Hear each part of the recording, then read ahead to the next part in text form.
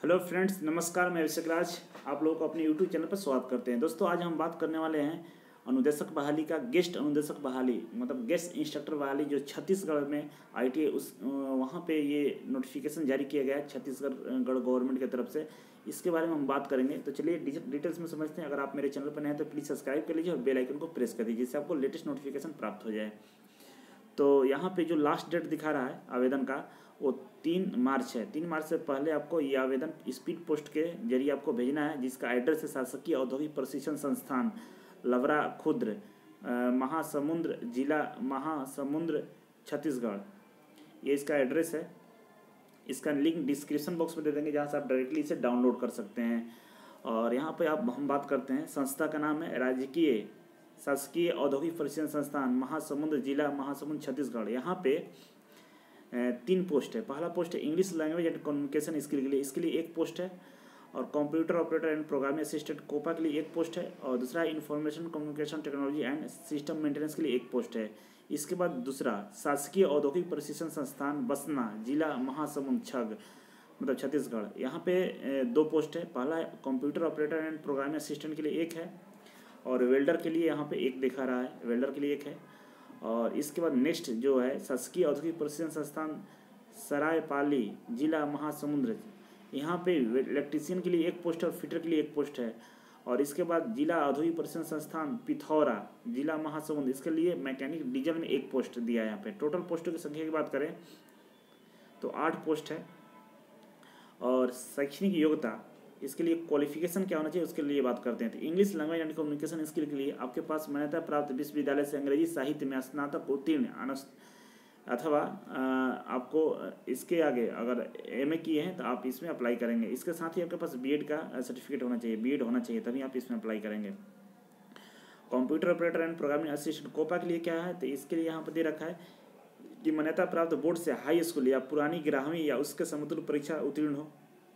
इसके बाद अभ्यर्थी को व्यावसायिक computer operator and programming assistant COPA में राष्ट्रीय व्यावसायिक प्रशिक्षण परिषद में से राष्ट्रीय व्यवसाय प्रमाण पत्र या राज्य व्यावसायिक प्रशिक्षण परिषद से राज्य व्यवसाय प्रमाण पत्र या संबंधित व्यवसाय से राष्ट्रीय व्यावसायिक प्रशिक्षण परिषद के राष्ट्रीय शिक्षुता प्रमाण पत्र समकक्ष या मान्यता प्राप्त विश्वविद्यालय या बोर्ड से कंप्यूटर साइंस में इंजीनियरिंग या डीओई से ए स्तर का प्रमाण पत्र या मान्यता प्राप्त विश्वविद्यालय से बीसीए इत्यादि आप किए हैं तो आप इसमें अप्लाई कर पाएंगे। अनुभव की बात करें तो संबंधित क्षेत्र से व्यवसाय में 1 वर्ष का शैक्षणिक अनुभव होना चाहिए जो डिग्री वाले हैं, और जो डिप्लोमा है उनको 2 साल का अनुभव चाहिए, और जो आईटीआई किए हैं उनके लिए 3 साल का अनुभव चाहिए। इसी तरह information communication and technology and system maintenance के लिए आपके पास 10वीं पास होना चाहिए, या 11वीं में गणित, भौतिकी, रसायन शास्त्र होना चाहिए आपका सब्जेक्ट के रूप में। और आपको इंफॉर्मेशन कम्युनिकेशन एंड टेक्नोलॉजी से आईटीआई होना चाहिए, नहीं तो आईटी से बीटेक हो या तो डिप्लोमा हो, तो आप इसमें अप्लाई करेंगे। अनुभव की बात करें तो 1 साल का अनुभव आपको जो डिग्री वाले हैं, जो बीटेक वाले हैं, उनको दिया रहना चाहिए, और डिप्लोमा वालों के लिए 2 साल का अनुभव होना चाहिए, और जो आईटीआई हैं इंफॉर्मेशन टेक्नोलॉजी से उनको 3 साल का अनुभव होना चाहिए। वेल्डर के लिए भी सेम है, आईटीआई होना चाहिए, वेल्डर ट्रेड से 10वीं पास होना चाहिए, नहीं तो बीटेक या डिप्लोमा मैकेनिकल इंजीनियरिंग से होना चाहिए तभी, या मैन्युफैक्चरिंग इंजीनियरिंग से, तभी आप इसमें अप्लाई कर पाएंगे। अनुभव की बात करें तो यहाँ पे 1 साल का अनुभव चाहिए जो बीटेक किए हैं उनके लिए, 1 साल का अनुभव चाहिए जो बीटेक किए उनके लिए, और डिप्लोमा के लिए 2 साल चाहिए। इसके साथ जो आईटीआई किए उनको लिए 3 साल का अनुभव चाहिए। इसी तरह इलेक्ट्रीशियन के लिए, यहाँ पे इलेक्ट्रीशियन के लिए भी सेम है, इलेक्ट्रिकल इंजीनियरिंग से या तो डिप्लोमा या बीटेक होना चाहिए, नहीं तो आईटीआई इलेक्ट्रीशियन ट्रेड्स होना चाहिए। और 1 साल का अनुभव जो बीटेक है उनके लिए, 2 साल का डिप्लोमा के लिए, और 3 साल का आपको जो आईटीआई के उनके लिए होना चाहिए। फिटर के लिए सेम वही कंडीशन है, और मैकेनिक डीजल के लिए भी सेम वही कंडीशन है। अब बताते हैं आपको मेरिट कैसे बनेगा। तो मेरिट के लिए आपको 10वीं क्लास में जितना नंबर पाए उसका 50% ऐड किया जाएगा, और इसके साथ डिप्लोमा, आईटीआई और डिग्री, ये तीनों में से जो टेक्निकल डिग्री है उसका 50% मतलब 100% हो जाएगा। 50% आपका 10वीं क्लास का, और 50% आपका टेक्निकल डिग्री का। टेक्निकल डिग्री में आ जाता है आईटीआई, डिप्लोमा या बीटेक, तीनों में से कोई हो, और इस बेस पर मेरिट निकाला जाएगा। और आगे जो नियम और शर्त है उसको बता दें कि इसमें 6 मार्च से पहले आपका ये फॉर्म पहुंच जाना चाहिए, जिसका पिन कोड है 49, यहाँ पर लिख दे रखा है 493445, ये पिन कोड है।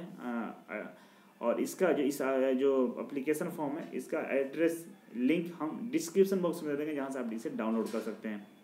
इसके साथ आपको लेटेस्ट फ़ोटो आपको लगाना है, भेजना है, और इसके साथ सारा इन्फॉर्मेशन जितना भी आपका डॉक्यूमेंट्स है सबको फोटोकॉपी कराकर भेजना होगा। साथ में अनुभव का भी प्रमाण पत्र होना चाहिए।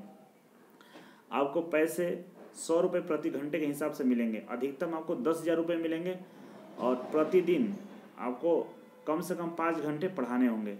5 घंटा प्रतिदिन क्लास चलेगा, मतलब पर डे 100 रुपये 500 रुपये मिलेंगे, 100 रुपये प्रति घंटे के हिसाब से, और अधिकतम 10,000 से ज़्यादा आपको नहीं दिया जाएगा।